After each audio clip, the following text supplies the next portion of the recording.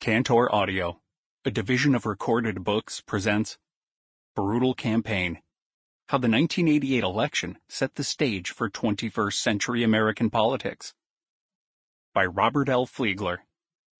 Narrated by Christopher Douyard. Introduction. At 8 p.m. Eastern Time on election night, 1998, NBC anchor Tom Brokaw informed Americans that they would soon know more about the outcome of one of the longest and bloodiest presidential campaigns that anyone could remember. A little more than an hour later, ABC and CBS declared that Vice President George H.W. Bush had defeated Massachusetts Governor Michael Dukakis to become the 41st President of the United States. After the polls closed on the West Coast, Dukakis conceded, and a few minutes later, Bush came out to deliver his victory speech. "We can now speak the most majestic words a democracy has to offer. The people have spoken," declared the president-elect. The first vice president to succeed his president by electoral means since Martin Van Buren in 1836, he thanked President Reagan for turning the country around and for being his friend, and for going the extra mile on the hustings. Seeking conciliation after a brutal campaign that had infuriated many on the other side of the aisle, Bush added, "To those who supported me, I will try to be worthy of your trust. And to those who did not, I will try to earn it.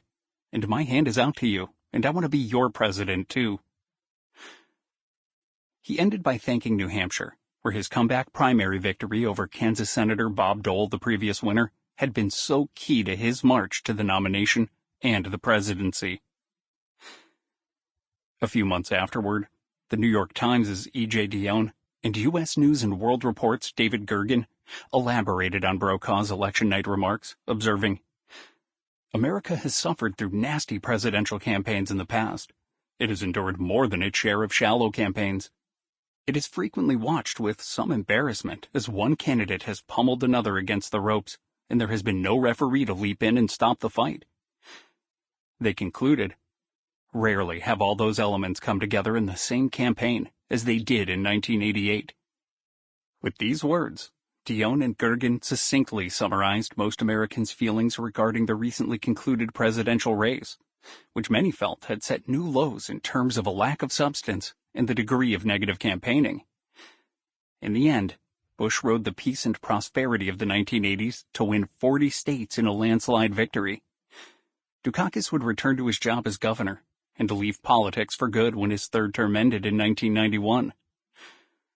After one largely unremarkable term as president, Bush would lose his bid for re-election 4 years later to Bill Clinton. Though his reputation would rise over the years, Bush would be overshadowed in history by the man who made him vice president, the man who defeated him, and even by his own son. And so, the 1988 presidential race would recede quickly into history, largely to be forgotten. It brought no realignment, as many say occurred in 1896 and 1932. It did not produce a historically consequential president as 1980 did with Ronald Reagan, or 2008 did with Barack Obama. There would be no disputed outcome, as in 1876 or 2000. Reporters produced several books in the immediate aftermath, mostly focusing on the same theme of the highly negative and superficial nature of the campaign. Jack Germond and Jules Whitcover, who had assumed Teddy White's role as the chief journalistic chroniclers of the nation's elections, titled their book, "Whose Broad Stripes and Bright Stars? The Trivial Pursuit of the Presidency, 1988. The plain fact was, from the outset, George Bush ran a campaign distinguished by a degree of negativism and intensity that had never been seen in presidential politics in the television age, wrote the two authors. The journalists called the Republican candidate's quest for the White House a campaign that appealed to the lowest common denominator in the electorate. 30 years later, a leading history survey textbook read much the same way, with Eric Foner explaining that the 1988 election seemed to show politics sinking to new lows. The virtually universal encomiums for the 41st president when he died in 2018 stressed his personal decency and modesty, while acknowledging that the 1988 campaign was a dramatic exception to that rule. He was not above rough politics, wrote Dan Baltz in the Washington Post, adding, Bush's 1988 campaign will be remembered as one in which he pushed the envelope with tactics and issues, the Pledge of Allegiance and prison furloughs, that put his opponent, Michael Dukakis, on the defensive and left Democrats crying foul. While no academic wrote a book on the subject for 30 years, a few documentarians revisited the election a generation after its conclusion with one singular emphasis. Dukakis failed to respond to Bush's attacks, allowing the vice president to define him. The key lesson that political consultants learned from 1988 was that you cannot let an attack go unrebutted, comments Professor Kathleen Hall Jamieson in one film. If an attack has substantial airtime behind it, if it synergizes with news, it's going to be believed. The lesson is clear. Any politician has to fire back when fired on. With the perspective of 3.5 decades, however, we can more clearly understand the importance of the election and its place in history. Notably, key long-term social, economic, and cultural trends that began in the 1960s, 1970s, and 1980s came to fruition in the 1988 race, revealing the roots of modern American politics as it illustrated and demonstrated structural forces that would influence the country's path for the following 30 years. In particular, key groups within and across the two political parties emerged stronger, reshaping both the Republicans and the Democrats in the years since 1988, while national politics settled on new ideological positioning. Furthermore, the structure of the media changed, as a more confrontational and intrusive press scrutinized new aspects of candidates' lives, while the decline of the traditional media gatekeepers began. The 1988 presidential election deserves the attention of scholars who have largely ignored it in the intervening years. Using archival sources now available, and interviews I conducted with those involved in the campaign, including Governor Dukakis, I am able to outline the contest's centrality in the late 20th century and early 21st century U.S. political history. So many key trends that would deeply influence American politics from 1988 onward began or dramatically accelerated during the fateful campaign. In addition, Bush's victorious tactics clearly illustrated the strategies and issues that enabled the Republicans to win 5 of 6 elections between 1968 and 1988, dominating the White House for that period. The election also clearly revealed the nature of political practice in the late 20th century, as well as a sharp difference from the way politics would be conducted in the early 21st century. Finally, the legacy of the Bush-Dukakis election would be felt for years, with Bill Clinton, Joe Biden, and Donald Trump all launching their national political careers during the 1988 cycle. These changes in politics began to be seen in the very early days of the campaign, as the combination of the growing aggressiveness of the post-Watergate media and the rise of second-wave feminism precipitated a closer examination of the personal lives of politicians. This led to Democratic frontrunner Gary Hart's implosion over a sex scandal, previewing the personal is political scandals that would dominate the 90s and beyond. Unlike the days of FDR and JFK, in this era, adultery and other aspects of a contender's private behavior were now clearly fair game. The rise of new video technology and cable television meant that candidates were now constantly monitored on the trail, and any small stumble could damage their bid. As a result, Joe Biden's first presidential campaign, launched 34 years before his inauguration as the 46th president in 2001, ended when cameras caught the Delaware senator copying language from the British opposition leader, putting politicians on notice that their every utterance could be used for or against them in the court of public opinion.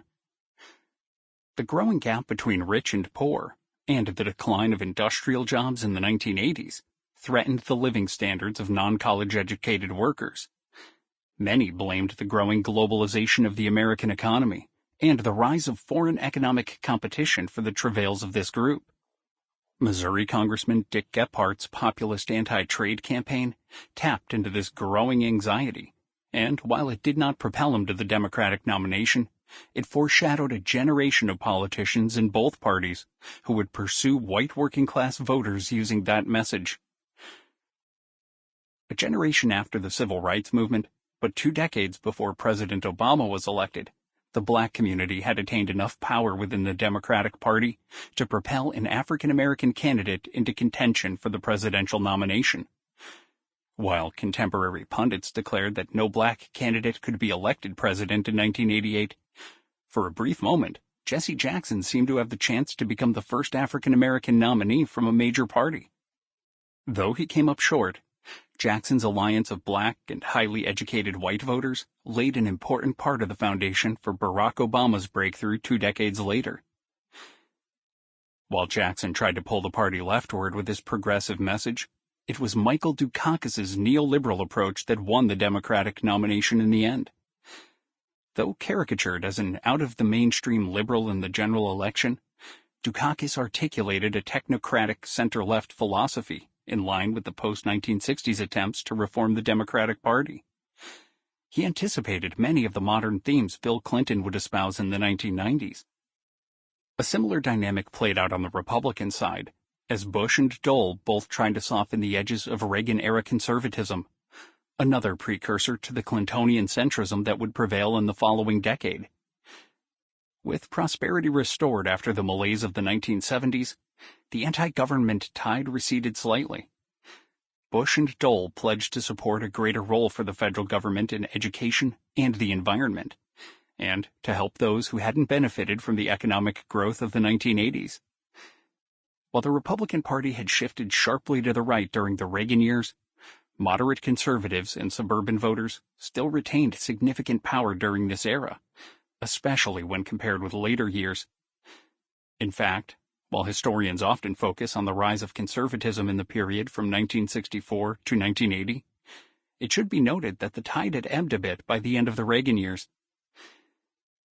At the same time, Christian conservatives, who had first arrived as a force during the Reagan years, continued their ascendancy into the upper echelons of the Republican Party.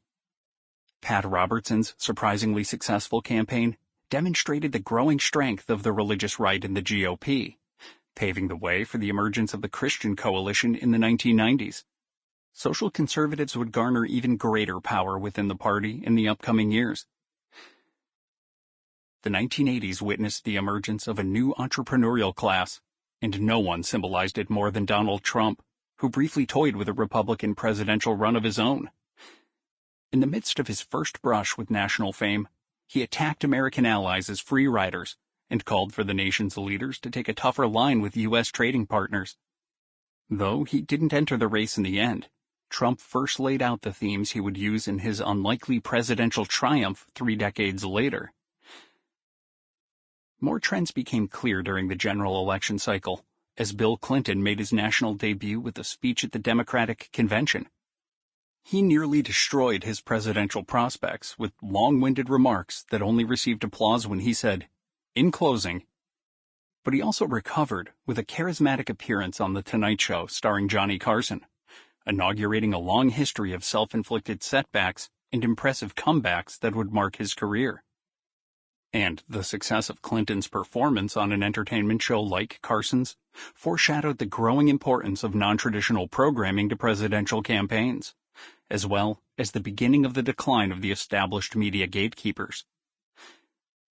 The Democrats also debated Palestinian self-determination at that convention, marking the first time a major American political party seriously broached the topic. The discussion revealed the emerging division among liberals over the Israeli-Palestinian conflict, which would lead to greater partisan differences over the issue in the early 21st century. Exploiting a loophole in the campaign finance system constructed after Watergate, the Dukakis campaign truly popularized the use of soft money, virtually unlimited donations to political parties, to fund presidential races. By going around the giving limits enacted by Congress in the 1970s, Dukakis' team helped pave the way for the gutting of the post-Watergate system of public financing of campaigns. Eventually, the rise of soft money would lead to major scandals in the 1990s, followed by another round of reform. Bush's choice of Indiana Senator Dan Quayle as vice president, a candidate with a little national name recognition, placed the first baby boomer on a national ticket, signaling the political coming of age of that influential generation. Quayle's possible avoidance of combat in the Vietnam War immediately became the center of controversy and introduced questions about Vietnam-era military service to presidential politics, something that would become a quadrennial ritual for baby boomer politicians. From this point forward, the question, "What did you do in the war?" would plague nominees from Clinton to Trump. The controversy over the relatively unknown Quayle selection also brought about a more cautious approach to vice presidential picks by both parties that lasted at least 2 decades. Less dramatically, in another example of the growing importance of non-traditional news sources, Saturday Night Live political sketches became a fixture of American life. Global warming also became part of the presidential discussion for the first time. In the end, Dukakis lost by a wide margin to Bush in the popular vote, but showed his party an electoral college path out of the wilderness Democrats had wandered in since the age of Aquarius. Winning important states on both coasts, while coming close to victory in a number of key Midwestern states, Dukakis's campaign laid the groundwork for the blue wall of states that would pave the way for Clinton's and Obama's 2-term presidencies, as well as Biden's victory in 2020. Finally, violent crime rose dramatically during the crack cocaine epidemic of the 1980s and became a central issue in the race. Dukakis's opposition to the death penalty and perceived weakness in that regard provided a lesson to all politicians to avoid being seen as soft on the issue. Consequently, the reaction to the Bush campaign's use of William Horton, a Massachusetts felon who committed serious crimes while out on a furlough, contributed to bipartisan support for tougher sentencing policies that impacted criminal justice policy well into the 21st century. The ideological battles seen in the 1988 race can be traced to the turbulence of the 1960s, as the divisions in the country over civil rights and the Vietnam War produced cultural splits that never truly healed.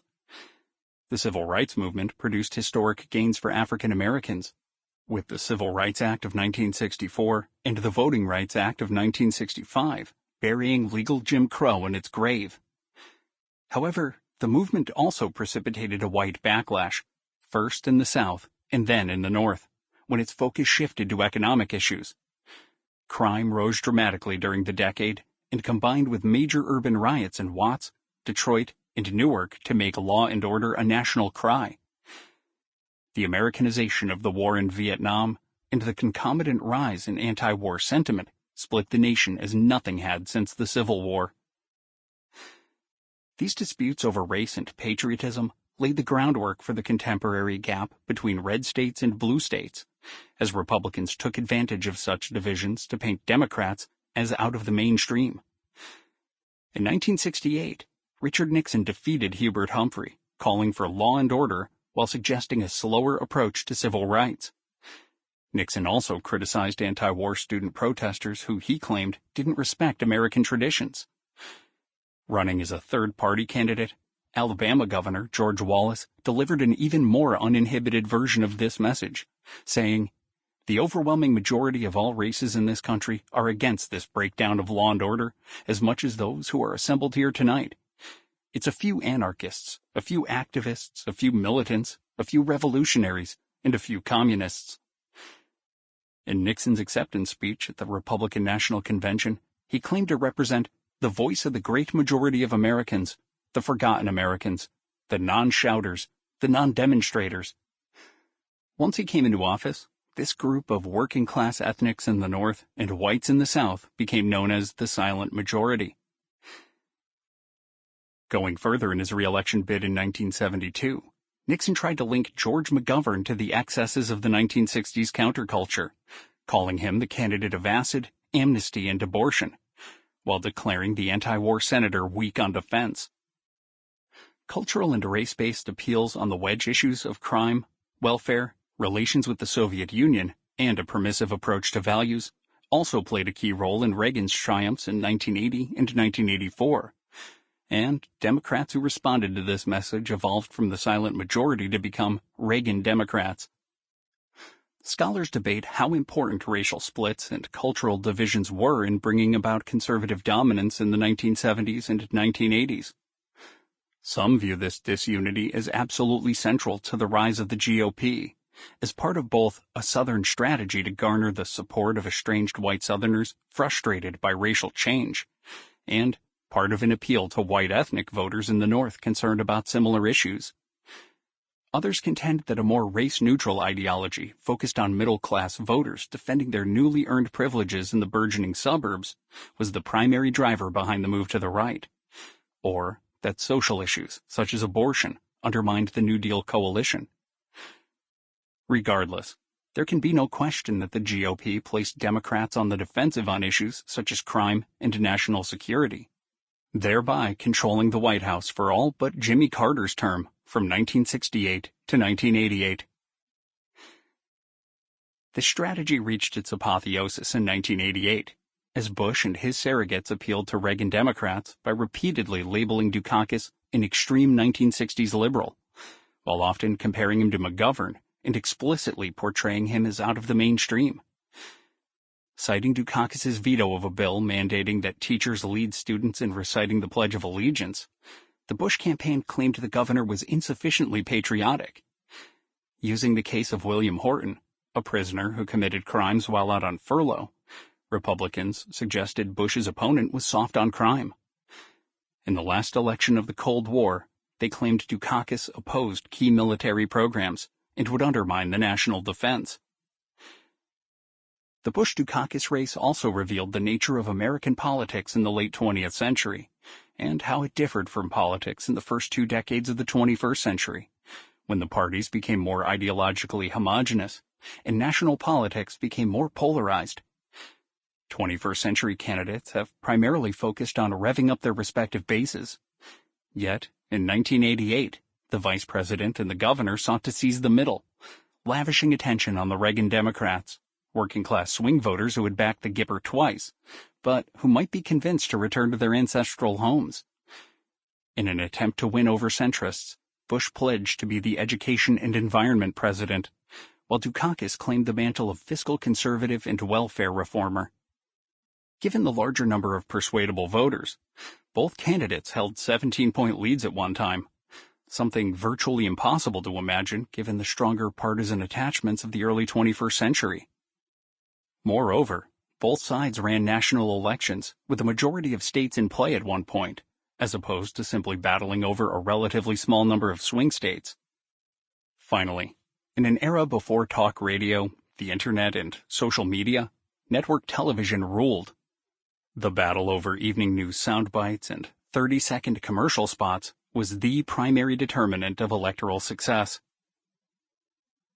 On Election Day 1988, Dion wrote in the New York Times, "Thus ended one of the longest, most expensive, and most bitter campaigns the country has ever experienced, laying the groundwork for the conventional wisdom about the race." By the time the presidential race had ended, however, American politics had been significantly altered by the events of the previous 18 months, which created an impact that would be felt for decades. But before the election battle could start, the framework for the contest would have to be laid in the first 2 years of the second term of the man who dominated American politics in the 1980s, Ronald Reagan. 1. The stage is set. 1984 to 1986. As the election returns came in on November 6, 1984, it was clear President Ronald Reagan was cruising to a historic landslide re-election victory over former Vice President Walter Mondale. Reagan won 49 states, while Mondale clung to a narrow victory in his home state of Minnesota. In winning the popular vote by a margin of 59% to 41%, the incumbent triumphed in every age group, every region, and every income group except voters making under $12,500 a year. It was the night Ronald Wilson Reagan became Mr. America, wrote Walter Shapiro in Newsweek, adding, "Rarely has America seen so all-encompassing a landslide." Such an outcome was by no means certain 2 years earlier, when House Republicans had lost 26 seats in the midterm elections in the midst of the worst recession since the Great Depression. To purge the high inflation of the 1970s, Federal Reserve Chairman Paul Volcker implemented tight money policies and other anti-inflationary measures that produced the highest unemployment levels since the 1930s. Reagan's popularity plummeted as his approval rating reached a low of 35% in January 1983. Eventually, inflation subsided. Volcker lowered interest rates, and unemployment fell from a post-war high of 10.8% in December 1982 to 7.2% by November 1984. Reagan's campaign promoted the economic recovery, declaring it "Morning in America" in a famous political ad. Nearly 60% of voters agreed, believing the economy was better off than it had been 4 years earlier, with those voters supporting Reagan by a margin of 6-1. The outlook, however, would not seem as bright a mere 2 years later. Republicans lost control of the Senate, leading many to suggest that the Reagan Revolution was over, and that the nation's politics were moving back toward the center. Meanwhile, the Democrats worked to learn the lessons from Mondale's defeat, as well as their other losses over the previous 2 decades, shifting their policies and ideology in the hopes of appealing to this new middle. And the biggest scandal since Watergate would imperil Reagan's second term, his legacy, and the chances for his vice president to succeed him. From 1932 to 1968, the New Deal political coalition forged by Franklin D. Roosevelt during the Great Depression dominated American politics, paving the way for FDR's 4 terms in office, as well as the elections of Harry S. Truman, John F. Kennedy, and Lyndon B. Johnson. The alliance of white Southerners, African Americans, Northern white ethnics, labor unions, and intellectuals made the Democrats the majority party in the country, allowing them to control the White House for 28 out of 36 years during this period. And after LBJ's landslide win over Arizona Senator Barry Goldwater in 1964, some believed the GOP was finished as a national political party. But the turmoil of the 1960s broke up the Democratic coalition. Many Southern whites left the party once Kennedy and Johnson embraced the civil rights movement. Some Southern whites became more affluent, moving into the GOP as they became more receptive to Republicans' conservative economic message.